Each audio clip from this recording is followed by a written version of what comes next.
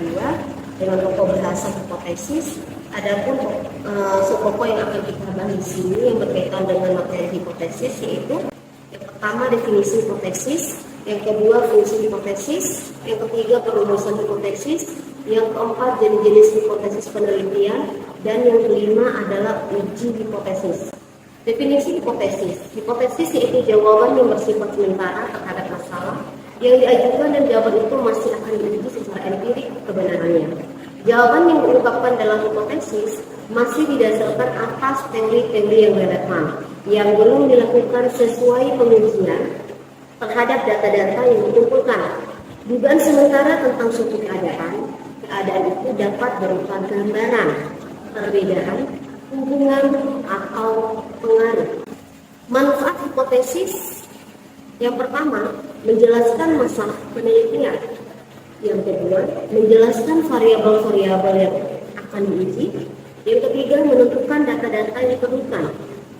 Dalam hal ini termasuk teknik pengumpulan data dan analisis data. Yang keempat, menuntun dalam penyusunan kesimpulan ataupun rumusan masalah.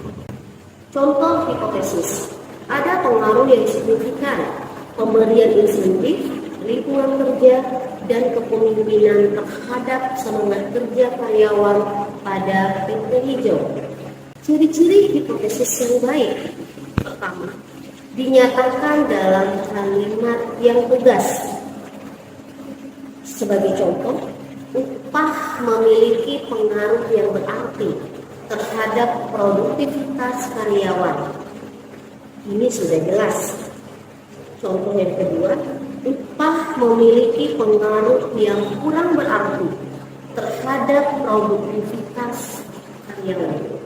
Ini merupakan bagian contoh yang tidak jelas. Yang kedua, dapat diuji secara alamiah. Maksudnya seperti upah memiliki pengaruh yang berarti terhadap produktivitas karyawan. Ini dapat diuji. Sedangkan batu yang belum pernah terlihat oleh mata manusia dapat berkembang biak. Pada hipotesis ini tidak dapat dibuktikan karena kita tidak dapat mengumpulkan data tentang batu yang belum terlihat manusia. Yang ketiga, dasar dalam merumuskan hipotesis yang kuat, seperti harga barang berpengaruh negatif terhadap permintaan.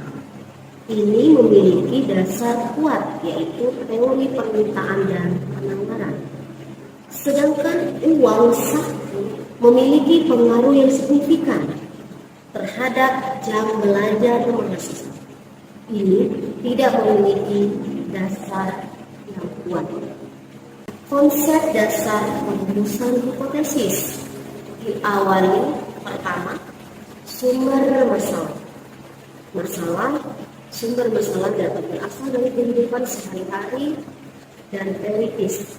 Yang kedua, teori, yaitu berasal dari penelitian terdahulu akal sehat. Yang ketiga, perumusan hipotesis. Yang keempat, instrumen penelitian, variabel dan data. Yang kelima, pengujian hipotesis. Yang keenam, kesimpulan dan implikasi. Jenis hipotesis yang pertama, hipotesis deskriptif. Yang kedua, hipotesis asosiatif. Yang ketiga, hipotesis penelitian. Hipotesis deskriptif sebagai contoh, pelayanan rumah sakit ABCD tidak memuaskan, atau kinerja keuangan bank ABCD baik. Hipotesis komparatif, contohnya rumah sakit ABCD lebih memuaskan dibandingkan pelayanan rumah sakit EFGH, atau kinerja keuangan bank ABCD lebih baik dibandingkan dengan kinerja bank EFG. Sedangkan hipotesis asosiatif, contohnya kepuasan pasien berpengaruh signifikan terhadap loyalitas pasien, atau jumlah nasabah berpengaruh terhadap kinerja keuangan bank ABCD. Dalam sebuah penelitian, hipotesis dapat dinyatakan dalam bentuk hipotesis nol, biasa disebut H0, merupakan hipotesis yang menyatakan tidak ada hubungan atau pengaruh antar variabel sama dengan nol, atau dengan kata lain tidak terdapat perbedaan hubungan atau pengaruh antar variabel. Yang kedua, hipotesis alternatif atau biasa disebut sebagai HA, merupakan hipotesis yang menyatakan adanya perbedaan hubungan atau pengaruh antar variabel tidak sama dengan nol, atau dengan kata lain terdapat perbedaan hubungan atau pengaruh antar variabel, merupakan kebalikan dari hipotesis nol. Hipotesis statistik yaitu hipotesis yang dapat dinyatakan dengan besaran-besaran statistik.